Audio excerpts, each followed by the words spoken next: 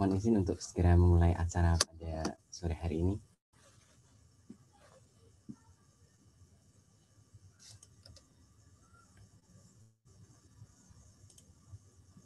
Assalamualaikum warahmatullahi wabarakatuh.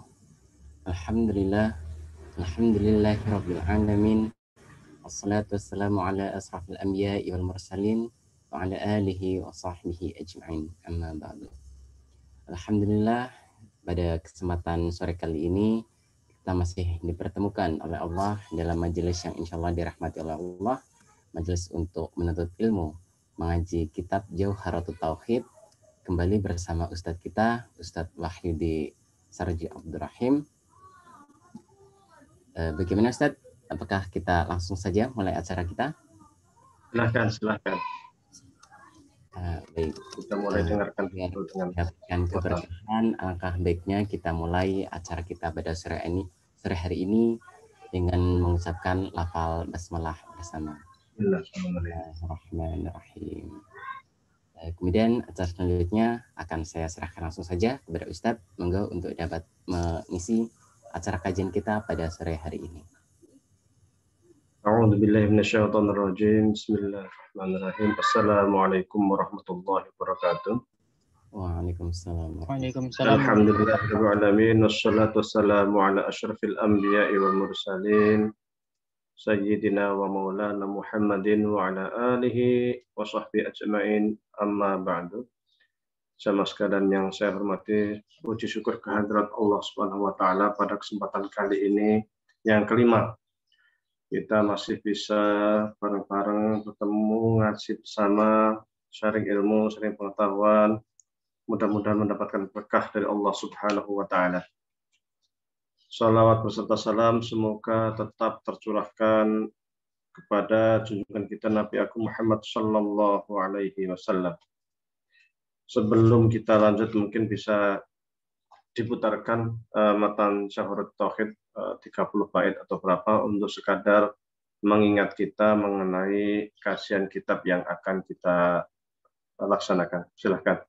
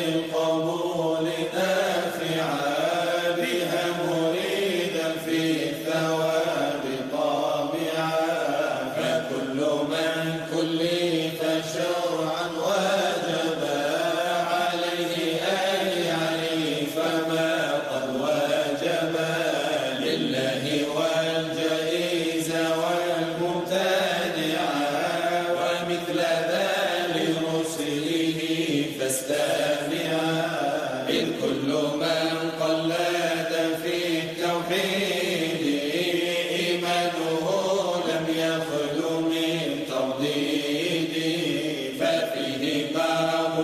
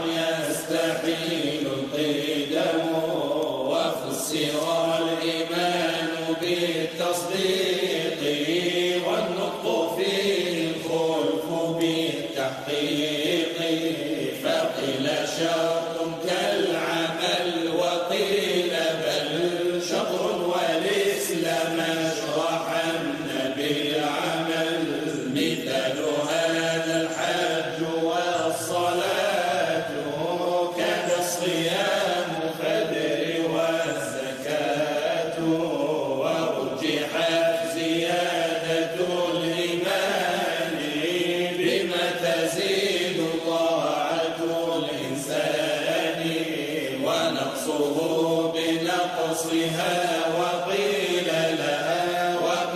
لا خلف كذا قد نقل فواجب له الوجود والقدام كذا بقاء لا يشاب بالعدم وأنه لما ينال العدم مخالف برهان هذا القدم قيامه بالنفس وحدانية منزها أوصافه سنية عن ضدنا وشبه شريك مطلقا ووالد كذا الولد والأصدقاء وقدرة إرادة وغايرات أمرا وعلما والرضا كما ثبت وعلمه ولا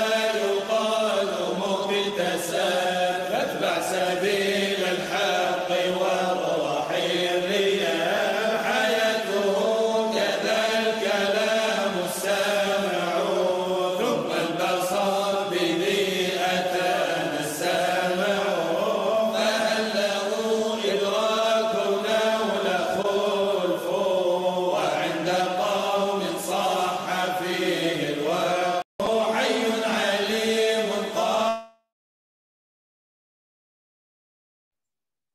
Baik, alhamdulillah kita sudah sama-sama ya, istilahnya itu mendengarkan bersama kitab Jawharatul Tauhid. Kemarin kita baru sampai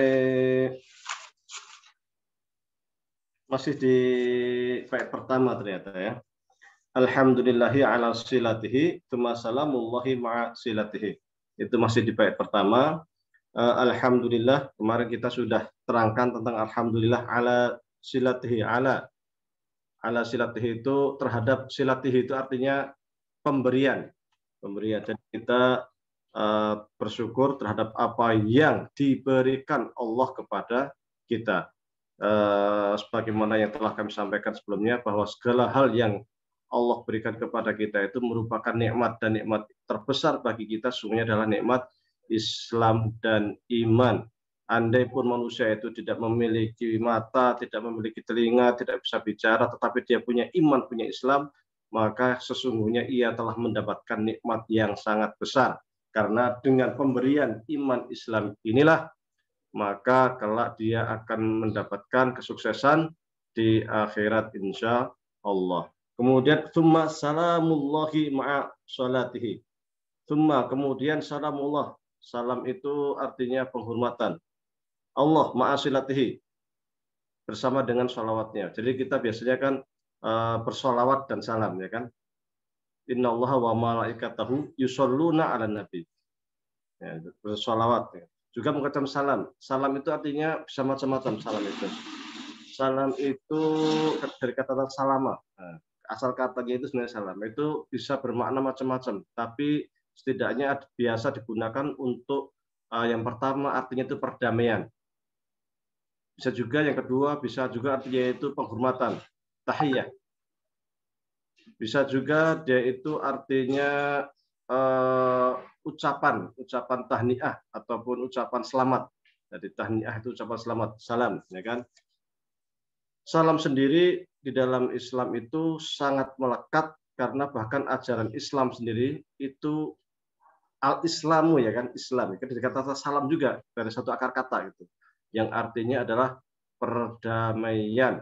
Jadi inna dina indallahi Islam, sungguhnya agama yang dicintai oleh Allah adalah agama Islam. Kata Islam itu dari kata-kata salama juga diarti adalah kedamaian, perdamaian. Itu artinya bahwasanya Allah Subhanahu wa taala memerintahkan kepada kita umat Islam itu untuk selalu menebarkan perdamaian. Bahkan bisa dikatakan bukan hanya umat Nabi Muhammad, ya kan, seluruh para rasul itu sungguhnya adalah membawa ajaran perdamaian, membawa ajaran Islam. Maka Allah Subhanahu wa taala berfirman, "Wa ma arsalnaka min qablika min rasulin illa yuha ilaihi annahu la ilaha illallah, annahu la ilaha illa ana fa'buduni." Allah kan, kami tidak mengutus rasul itu kecuali hanya satu aja, la ilaha illallah.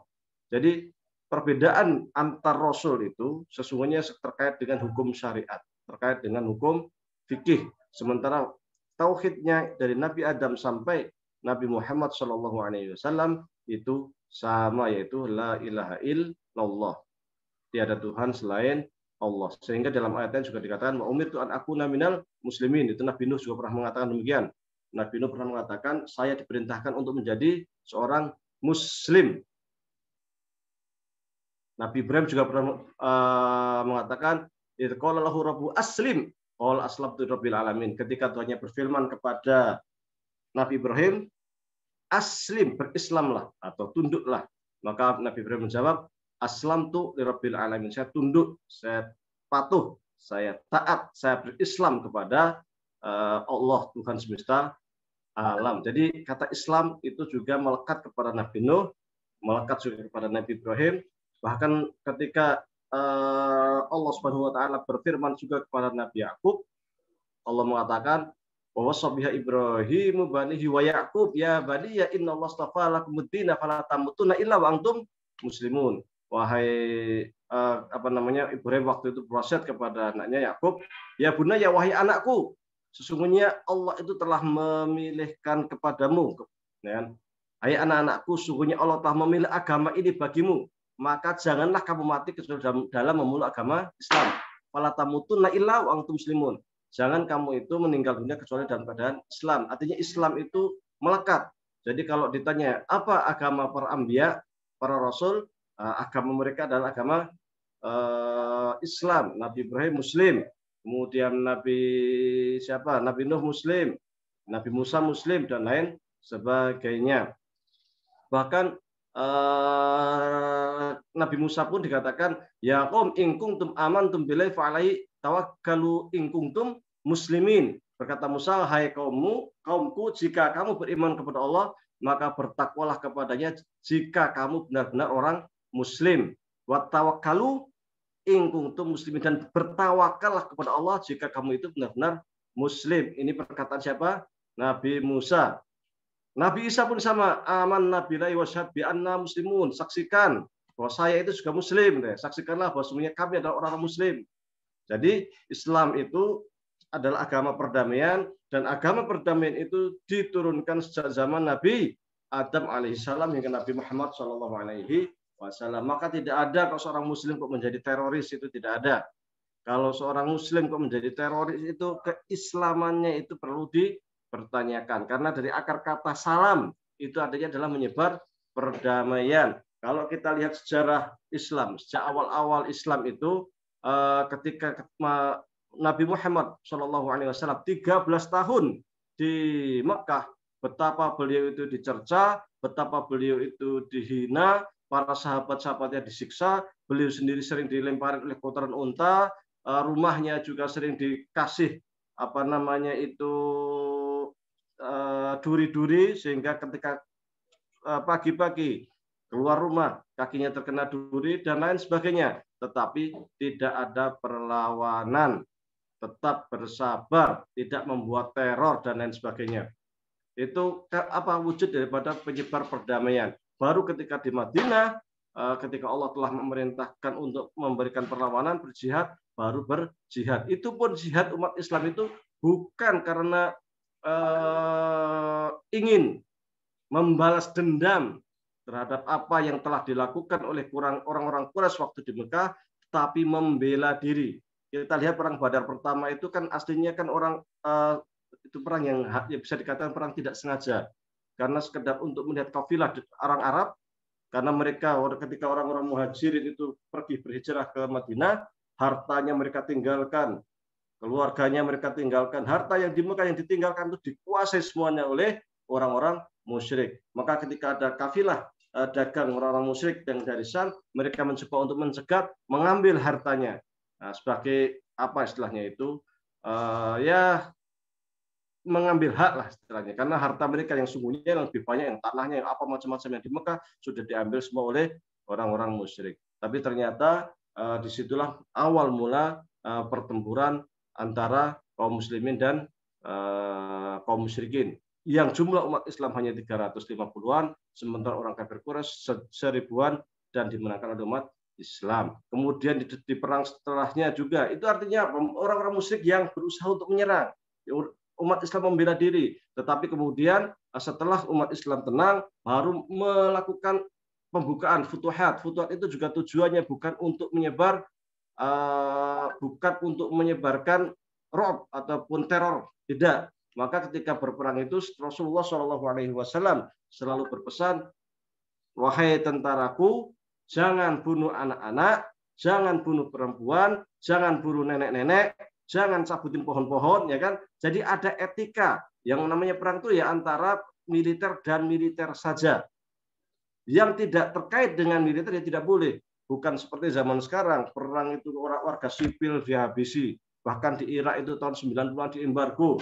Jutaan rakyat Irak, anak-anak, perempuan, kakek-kakek, nenek-nenek banyak yang meninggal diembargo oleh mana? Oleh Barat. Sehingga kalau kita sesungguhnya ingin apa namanya itu fair, yang melakukan tindakan teror sesungguhnya itu ya mereka-mereka itu.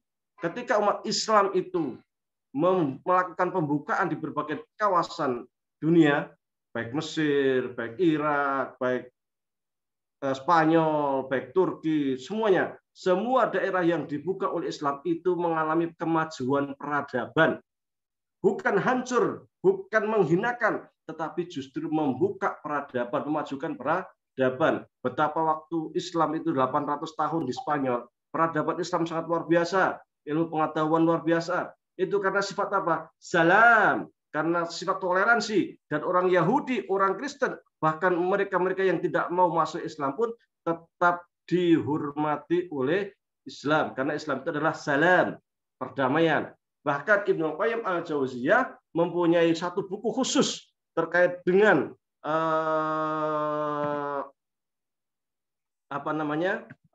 bagaimana kita menghormati orang-orang non-Muslim ini, dengan judulnya Ahkamu Ahli Dhimmah. Hukum bagaimana bisa melindungi orang-orang non-Muslim. Jadi sangat luar biasa. Umat Islam itu selalu menebarkan, selalu menginginkan perdamaian, selalu menginginkan keindahan, kemajuan. Dimanapun Islam ada, di situ ada kemajuan, ada peradaban, dan lain sebagainya. Kita lihat di Barat, ketika Amerika datang atau ketika Inggris datang ke Amerika, maka suku Inggris, suku Indian, dibantai habis-habisan. Berapa itu yang meninggal dunia? Jutaan, kan? Ketika orang Inggris datang ke Australia, berapa yang dibunuh? Luar biasa pembantaian orang-orang aborisin, ya kan? Ketika mereka menjajah dunia Islam ke Indonesia, kemana lah ya?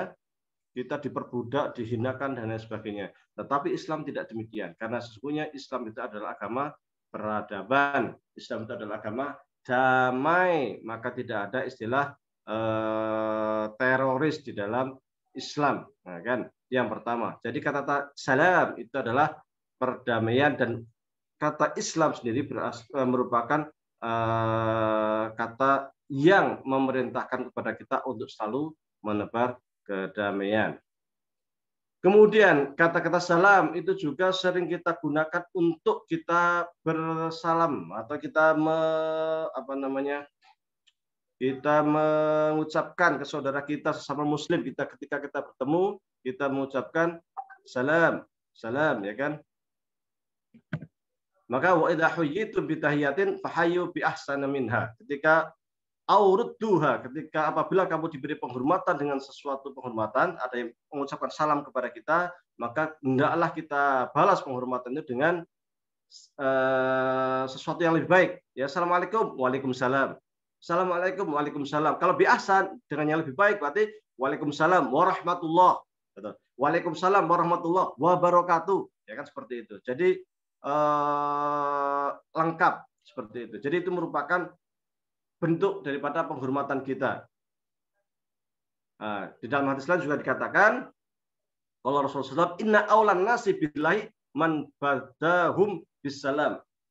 Orang yang utama di sisi Allah itu adalah orang yang mendahului untuk mengucapkan salam. Jadi dia sebelum yang lain, sebelum rekannya itu mengucapkan salam, dia sudah mengucapkan assalamualaikum. Ketika dia berpas-pasan, dia berusaha untuk mengucapkan salam dulu sebelum orang lain mengucapkan salam. Itu orang terbaik, orang yang lebih utama. Jadi jangan sampai kita itu didahului oleh orang lain untuk mengucapkan salam, tetapi kita yang mendahului orang lain untuk mengucapkan assalamualaikum sebagai wujud kita untuk menebarkan perdamaian. Ketika kita suatu kelompok ya kan jalan, kemudian lewat ada kelompok lain, maka juga sama harus mengucapkan assalamualaikum. Ya meskipun tidak semua, satu atau dua orang yang mengucapkan salam sudah mencukupkan jamaah, dan jamaahnya yang lain yang mendengarkan juga satu dua menjawab waalaikumsalam warahmatullahi wabarakatuh. Itu artinya salam. Bahkan bukan hanya itu, kata salam itu menjadi hak. Hak itu apa? Hak setiap muslim. Hak itu sesuatu yang harus saya terima, ya kan? Hakul muslim alal muslim sitta. Qila ma hunna ya Rasulullah? Qal idza laqaitahu fasallim alaihi. Coba. Haknya seorang muslim terhadap muslim lain itu ada 6. Yang pertama kali disebut oleh Rasulullah SAW itu apa? Ketika Anda bertemu dengan saudaranya, maka fasalim alaihi, hendaklah engkau mengucapkan salam, ya kan? Sampaikan assalamualaikum. Itu menjadi hak kita. Jadi salam itu menjadi wujud penghormatan kita terhadap sesama muslim, bahkan itu menjadi hak. Bukan hanya itu. Ketika manusia kelak masuk surga, atau ketika manusia hendak masuk ke rumah saudaranya, ya kan? Ke rumah saudaranya itu juga harus mengucapkan salam. Fa idza dakhaltum buyutan fasallimu ala anfusikum. Apabila kamu memasuki suatu rumah, hendaklah kamu memberi salam kepada penghuninya. Jadi bilang assalamualaikum warahmatullahi wabarakatuh. Ketok sekali. Kalau tidak dengar 2 kali, assalamualaikum warahmatullahi wabarakatuh. Kalau tidak dengar 3 kali, assalamualaikum warahmatullahi wabarakatuh. Sudah cukup. Kalau nggak dibukain, kita pergi. Jangan gedor-gedor, jangan gedor-gedor salam berkali-kali. Maksimal 3 kali. Supaya apa? Siapa tahu kalau lebih dari 3 kali bisa jadi tidak ada orang, bisa jadi dia sedang ada sesuatu yang tidak mau diganggu, sehingga ada adabnya mengucapkan salam. Kita masuk ke orang menggunakan salam.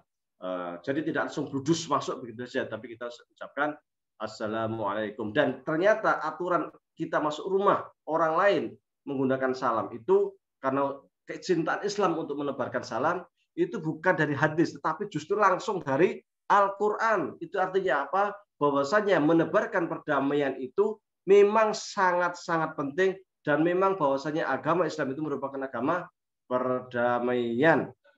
Itu bahwa agama Islam merupakan agama perdamaian. Makanya apapun kita harus mengucapkan assalamualaikum. Bahkan ketika kita sholat, di tahiyat itu apa? At-tahiyatul, kita juga mengucapkan assalamualaikum ayuhan nabiyyu warahmatullahi wabarakatuh, ya kan? Assalamualaikum wa ala ibadillah sholihin. Kita kasih salam kepada Rasulullah, salam kepada hamba-hamba yang Allah yang soleh. Dan sebelum penutup sholat, kita juga mengucapkan assalamualaikum warahmatullahi. Assalamualaikum warahmatullahi. Itu artinya apa? Orang yang sholatnya itu terakhirnya tidak salam, karena salam itu rukun sholat, maka sholatnya tidak sah. Maka orang sering mendefinisikan sholat itu sebagai apa? Sholat adalah sesuatu yang dimulai dengan salam, dengan takbiratul ihram, ya kan, dan diakhiri dengan salam. Diakhiri dengan salam. Kalau terakhirnya tidak mengucapkan salam, maka sholatnya tidak sah. Dalam sholat pun kita harus mengucapkan salam. Salam itu juga merupakan apa istilahnya itu, ucapan selamat ketika manusia ataupun ketika seorang mukmin kelak akan masuk ke dalam surga Allah Subhanahu wa taala. Nanti Allah sendiri yang akan turun tangan ketika sudah selesai orang kafir masuk neraka, orang muslim masuk surga, maka Allah akan mengucapkan salamun qaulam mir rabbir rahim. Salamun qaulam mir rabbir rahim. Selamat, ucapan tahniah istilahnya itu, yang langsung akan diucapkan oleh Allah Subhanahu wa taala kepada mereka yang masuk ke dalam surga. Jadi Allah sendiri yang akan mengucapkan selamat kepada seluruh penduduk surga. Salamun alaikum. Salamun qaulan mir rabbir rahim. Salamun qaulan mir rabbir rahim. Selamat. Anda selamat sudah masuk surga. Anda selamat sudah masuk surga. Anda selamat sudah masuk surga. Bukan hanya Allah Subhanahu wa taala, bahkan para malaikat pun akan mengucapkan salam kepada penduduk surga. Fa ni'ma uqbad dari salamun alaikum bima sabartum. Maka malaikat ketika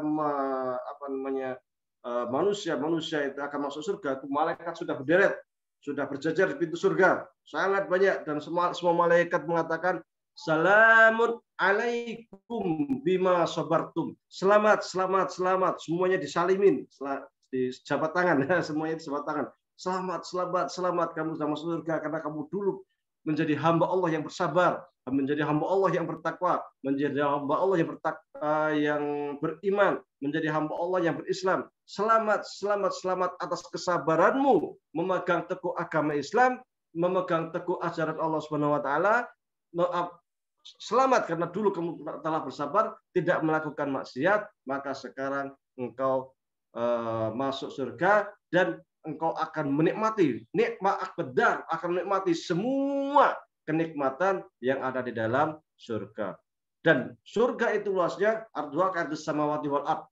Itu luasnya surga itu seperti luasnya 7 langit bumi, seperti langit dan 7 langit, seperti bumi dan 7 langit istilahnya itu. Luasnya kayak apa? Satu langit dunia saja sampai saat ini manusia belum tahu ujungnya.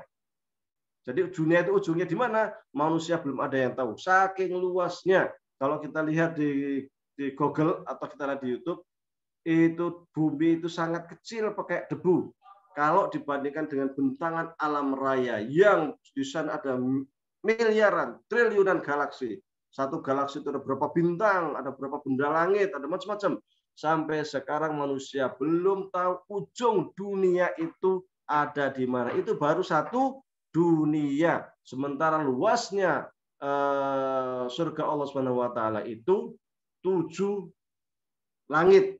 7 dunia luas sekali, luar biasa. Masya Allah. Itu nggak kebayang. Nah, itu di sana penuh dengan kenikmatan. Apa yang kita lihat di dunia, kenikmatan yang kita nikmati saat ini di dunia, sesungguhnya hanya 1% saja daripada kenikmatan yang akan Allah berikan kepada orang mukmin kelak di akhirat. Seenak-enaknya es campur, ya kan, es teh ataupun dawet ataupun bakso, mie ayam dan lain sebagainya lah, makanan-makanan yang ada di depan kita lah, sate dan sebagainya. Itu hanya 1% saja. Jadi belum ada apa-apanya dibanding dengan nikmat Allah yang akan diberikan kepada orang-orang mukmin kelak di dalam surga. Jadi kenikmatan yang luar biasa. Sehingga dikatakan nikmat surga itu mala ainun ra'at wala udun sami'at wala khatar ala qalbil basar. Kenikmatan yang manusia itu belum pernah melihat, belum pernah mendengar, bahkan belum pernah terdetik dalam hati dia. Jadi kita sudah membayangkan, karena surga itu nanti min labanin musaffa, ya kan, ada di susu yang sangat jernih. Ya kita hanya bisa membayangkan susu yang sangat jernih sesuai dengan otak kita. Tetapi ketika masuk surga itu lebih dari ekspektasi kita, lebih dari bayangan hayalan kita. Kalau di surga ada namanya khamrin ladatin lisyaribin, ada khamr yang sangat enak bagi siapapun yang meminumnya. Itu di surga itu lebih. Kalau di surga dikatakan ada namanya buah-buahan fawakih, buah-buahan yang sangat lengkap. Ada pisang, ada rumman itu apa? ada anggur dan lain sebagainya. Itu adalah upaya Allah Subhanahu wa taala untuk supaya kita paham bahwa surga itu ada seperti ini, tetapi nantinya itu jauh melebihi itu semua. Jauh melebihi apa yang kita bayangkan, jauh melebihi apa yang terjadi di dalam hati kita. Maka malaikat ketika manusia hendak masuk surga, mereka sudah berbaris, mereka akan mengucapkan salamun alaikum bima sabartum. Selamat bagi kalian atas apa yang telah kalian laksanakan di dunia, terhadap kesabaran kalian, terhadap ketakwaan kalian, terhadap keislaman kalian, sehingga saat ini engkau masuk surga. Kenapa dikatakan bima sabartum? Karena untuk berpegang kepada tali Allah itu memang butuh kesabaran. Kita ketika berpuasa misalnya, kita harus sabar untuk tidak makan, tidak minum, dan melakukan hal-hal maksiat dari terbit fajar sampai terbenam matahari. Tidak boleh marah-marah, tidak boleh macam-macam, ya kan? Di dalam beragama kita juga diperintahkan untuk bersabar. Sabar sholat itu butuh kesabaran. Kalau nggak sabar orang nggak akan sholat. Sholat qiyam, sholat malam, sholat tarawih juga butuh kesabaran. Man qoma ramadanan imanan wa ihtisaban ghufira lahu ma taqaddama min dambihi. Siapa yang sholat koma, ada di dalam riwayat lain soma, ya kan, tapi ada yang koma. Barang siapa yang sholat malam, maksudnya sholat tarawih pada bulan Ramadan karena iman dan hanya untuk mencari ridha Allah, maka dosa-dosa yang telah lalu akan dihapuskan. Nah, ini kan, dan itu butuh sabar, bukan sholat jengkelit selesai, ya kan, 23 rakaat hanya 6 menit, 23 rakaat hanya 8 menit. Nah, itu sholat apa itu, ya kan? Karena sholat itu sesungguhnya juga ada rukun, ada syarat yang harus terpenuhi. Syarat itu sesuatu yang ada di luar sholat. Apa itu? Pakai bajunya bersih, menghadap kiblat, harus berwudu, tempatnya bersih, dan lain sebagainya. Itu syarat. Ada rukun. Rukun itu ada yang sesuatu yang di sholat. Kayak takbiratul ihram, membaca Fatihah, ruku, sujud. Dan satu lagi yang paling penting adalah tumakninah. Mazhab Syafi'i mengatakan tumakninah itu merupakan rukun sholat. Apa itu rukun? Sesuatu yang harus dilaksanakan. Jika tidak dilaksanakan, maka sholatnya tidak sah. Tumakninah itu berhenti sejenak, tenang. Kisarannya adalah kita membaca tasbih subhanarabbiyal a'la atau subhanarabbiyal azim. Kalau sholatnya cepat, kan hanya 6 menit selesai, 23 rakaat, artinya kan 1 menit, 1 rakaat itu nggak nyampe semenit, itu kan. Wah, itu makninahnya di mana itu? Nah, ini kan artinya nggak sabar. Padahal kita itu dituntut untuk sabar. 8 rakaat tetapi sesuai dengan syarat rukun jauh lebih baik dibanding banyak-banyak tetapi syarat rukunnya tidak dapat. Nah, jadi buru-buru.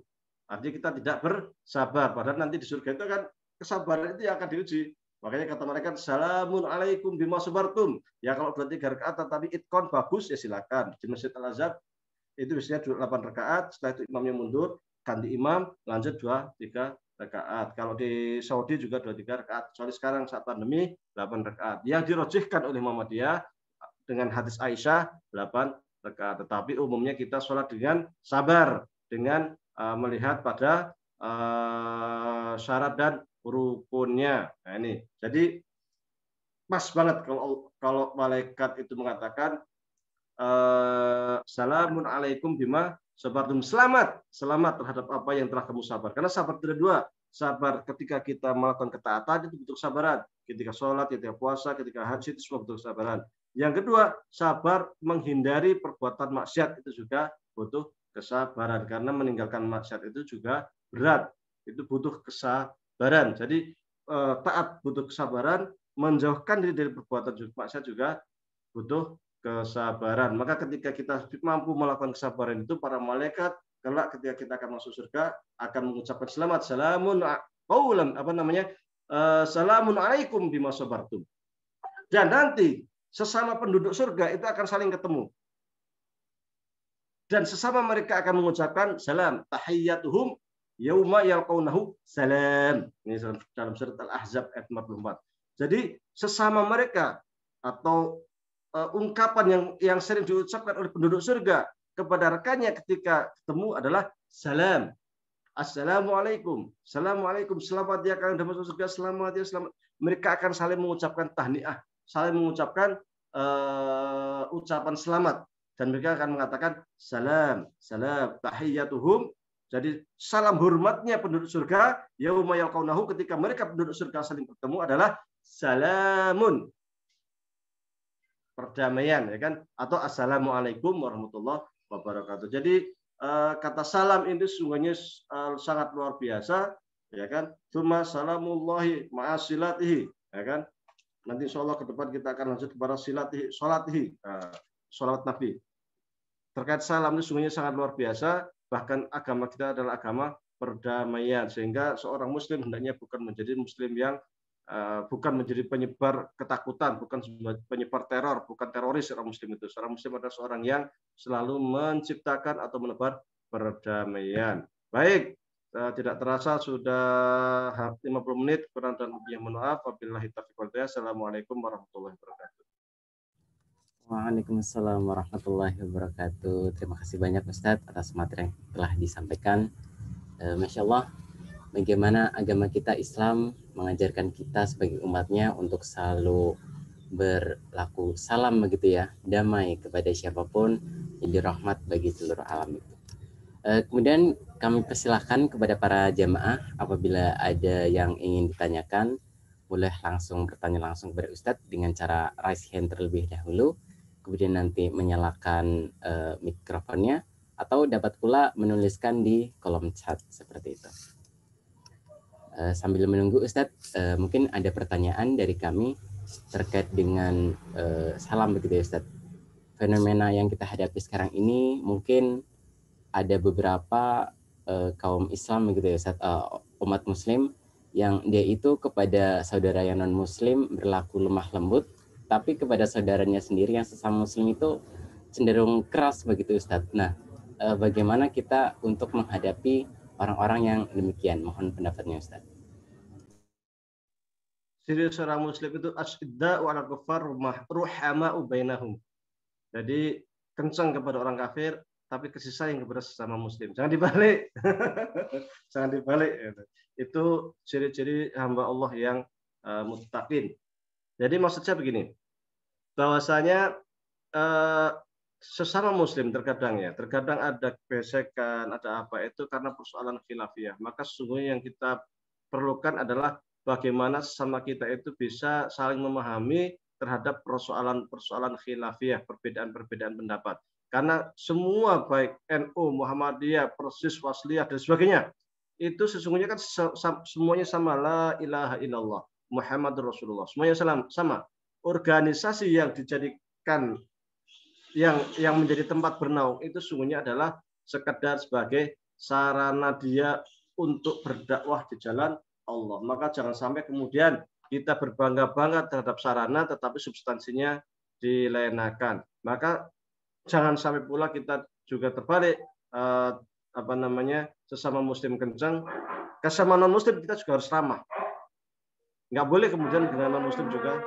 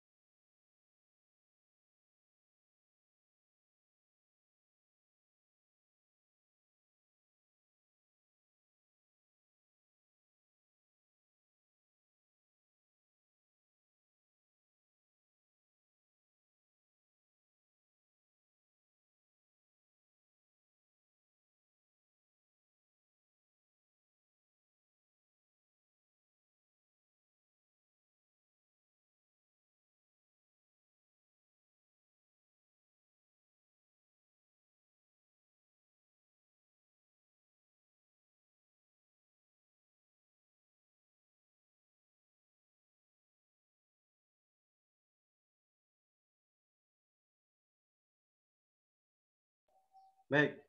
Prinsipnya bahwasanya kita kepada sesama muslim kita harus baik, harus rahmat, dan kepada non-muslim juga harus baik. Bahkan kata Rasulullah SAW, barang siapa yang menyakiti dhimmi itu adalah non-muslim. Itu sama dengan menyakiti saya. Artinya apa? Kita tidak boleh menyakiti non-muslim karena kita harus berbuat kepada mereka, dan kita juga tidak boleh menyakiti sesama muslim. Kita harus sama-sama berbuat baik. Jika ada persoalan khilafiyah fikih, maka kita saling toleran saja. Karena persoalan fikih itu memang banyak sekali persoalan-persoalan yang ranahnya itu khilafiyah. Jadi tidak boleh kemudian hal-hal kecil kemudian kita persalahkan, kita jadikan sebagai sarana untuk saling merendahkan ataupun tidak membuat kita itu kasih sayang kepada mereka. Jadi terkait dengan menjaga gereja apa macam-macam itu ya silakan saja lah, tapi jangan kemudian kalau ada pengajian dibubarin sementara gereja dijaga, ini kan kebalik. Pengajian harus justru disupport. Kalau Anda kata mau menjaga gereja ya silakan, ya kan seperti itu. Tapi pengajian harus selalu didukung. Wallahu a'lam. Baik, terima kasih Ustadz atas jawabannya.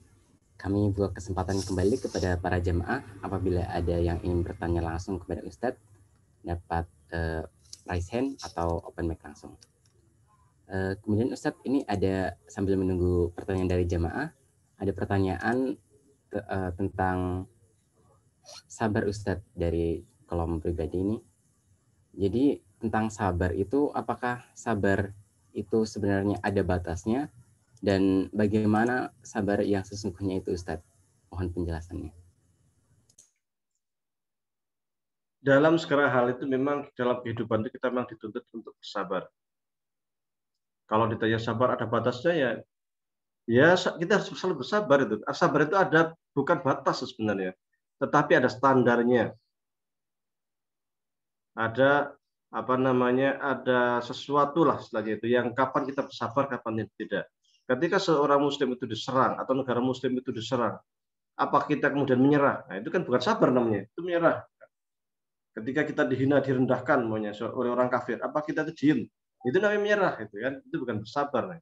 Ya kita berusaha untuk mengkantar. Mereka menuduh kita teroris, kita menuduh kita macam-macam, ya kita kantar dengan tulisan, dengan apa dan perbuatan kita dan sebagainya.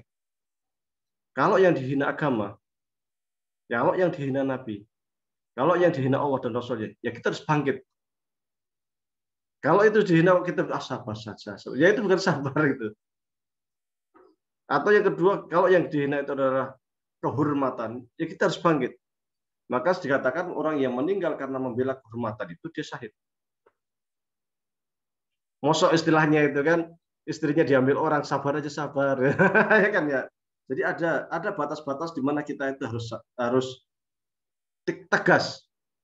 Tetapi ada hal-hal lain yang kita itu harus tetap sabar. Ketika manusia itu hendak belajar, dia harus sabar. Sabarnya apa? Ya pelan-pelan, sedikit-sedikit. Karena kalau kita nggak sabar dalam belajar, inginnya cepat pinter, ya susah. Gitu. Makanya di dalam pendidikan kan ada TK, SD, SMP, SMA, baru kuliah, S1, S2, S3. Itu wujud kesabaran kita untuk thalabul ilmi. Sabar. Ketika orang bekerja nggak sabar, ya sulit. Maka sabar itu juga bisa berkonotasi dengan ulet. Maka orang yang ulet itu Allah sering mengatakan wabasyirus sabirin. Kabar gembira bagi orang yang sabar. Kalau kita tuh sabar ulet dalam kerja, insya Allah endingnya itu akan bagus. Wabasyirus sabirin, akan berita baik buat orang sabar. Orang yang mau ujian apa kita belajar, dia sabar untuk membuka buku, untuk tanya ustadz, tanya sana kemari, endingnya insya Allah baik. Mudah-mudahan dengan itu kita najah. Andai pun nggak najah, setidaknya kita udah mendapat banyak pengetahuan. Itu juga butuh kesabaran, ya kan? Jadi sabar itu pasti endingnya itu wabasyirus sabirin.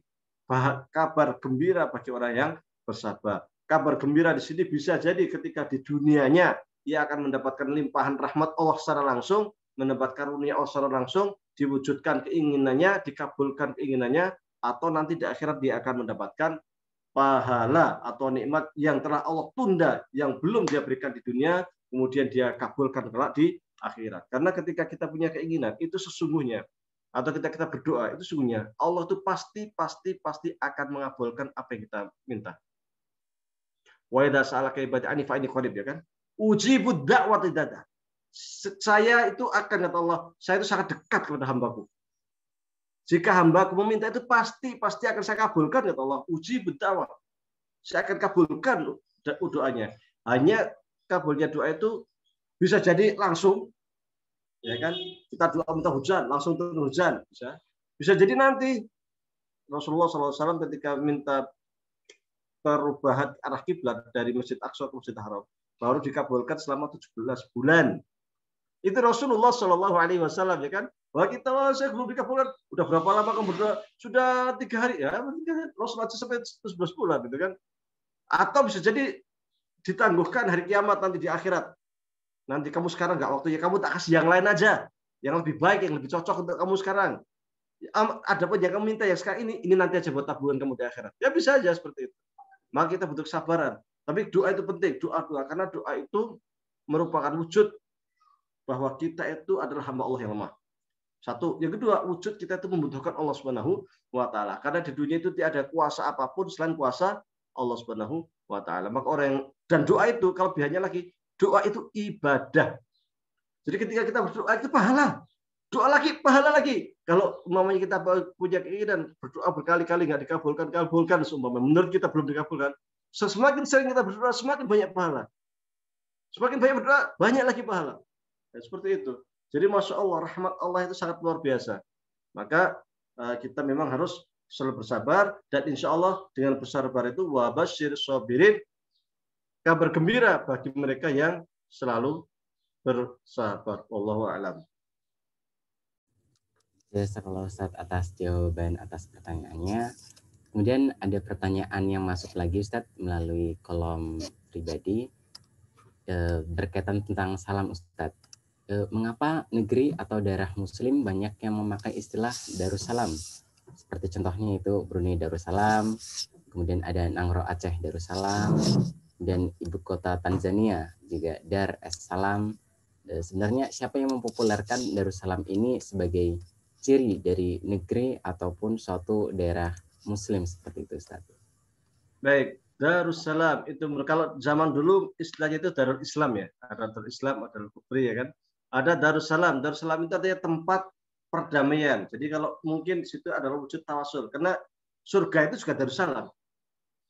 Surga nama lain di surga adalah Darussalam, tempat perdamaian.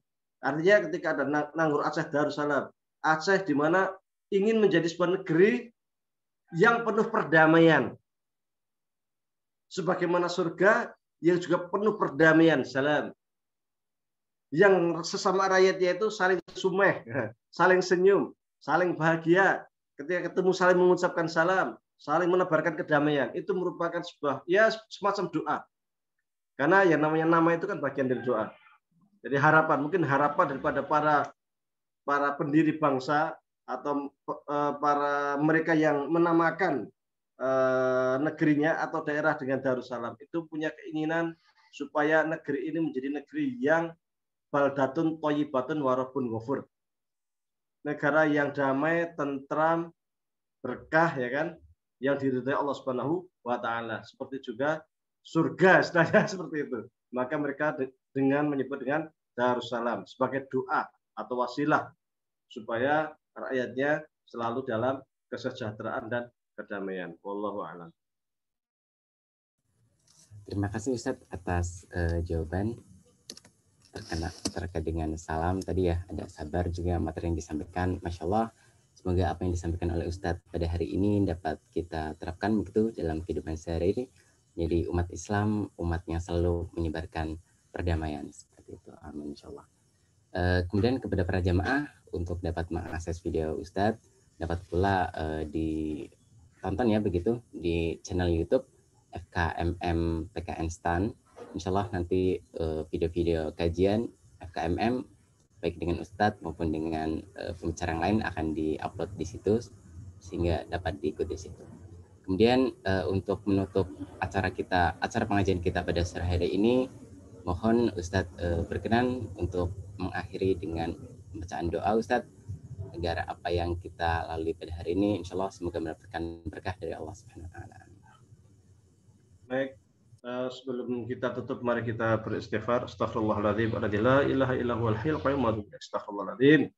الذي لا إله إلا هو الحي القيوم وأتوب أستغفر العظيم الذي لا إله إلا هو الحي القيوم. اللهم صل على سيدنا محمد في الأولين اللهم صل على سيدنا محمد في الآخرين اللهم صل على سيدنا محمد في الملأ الأعلى إلى يوم الدين. اللهم ربنا تقبل منا صلاتنا وصيامنا وركوعنا وسجودنا وتضرعنا وتخشعنا وتعبدنا وتمم تقصيرنا يا الله يا رب العالمين. ربنا ظلمنا أنفسنا وإن لم تغفر لنا وترحمنا لنكونن من الخاسرين. ربنا ولا تحمل علينا إصرا كما حملته على الذين من قبلنا.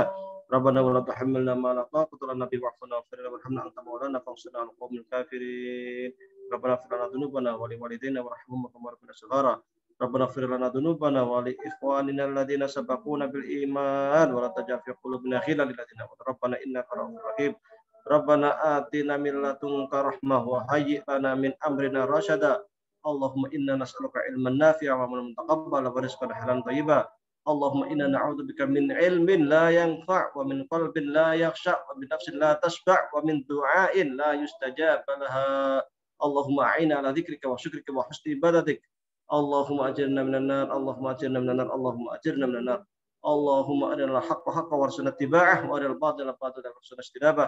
اللهم إنا نسألك سلامة في الدين وعافية في الجسد وزيادة في العلم وبركة في الرزق وتوبة قبل الموت ورحمة عند الموت ومغفرة بعد الموت. اللهم هون علينا في سكرة الموت ونجينا من النار والعفو عند الحساب. اللهم ارفع عنا الوباء والبلاء برحمتك يا أرحم الراحمين. يا حي يا قيوم برحمتك نستغيث. يا حي يا قيوم برحمتك نستغيث. يا حي يا قيوم برحمتك نستغيث. ربنا آتنا في الدنيا حسنة وفي الآخرة حسنة وقنا عذاب النار. وصلى الله على سيدنا محمد وعلى آله وصحبه وسلم. سبحانك ربك رب العزة عما يصفون وسلام على المرسلين والحمد لله رب العالمين. Amin amin ya rabbal alamin. Terima kasih Ustadz atas berkenannya untuk memimpin doa. Maka dengan doa yang disampaikan oleh Ustadz tadi berakhir pula rangkaian acara pengajian kita pada sore hari ini. Semoga kita mendapatkan keberkahan atas ilmu-ilmu yang telah disampaikan. Saya Khairul Amal mewakili panitia yang bertugas pada hari ini. Mohon maaf apabila terdapat kendala maupun kesalahan selama jalannya acara, dan kami mengucapkan terima kasih banyak atas kehadiran jamaah dan Ustadz yang telah bersedia untuk mengisi acara pada sore hari ini. Akhir kata, wabillahi taufiq wal hidayah. Wassalamualaikum warahmatullahi wabarakatuh. Waalaikumsalam warahmatullahi wabarakatuh. Terima kasih, izin untuk undur diri. Assalamualaikum. Waalaikumsalam warahmatullahi wabarakatuh. Terima kasih Ustadz. Sama-sama.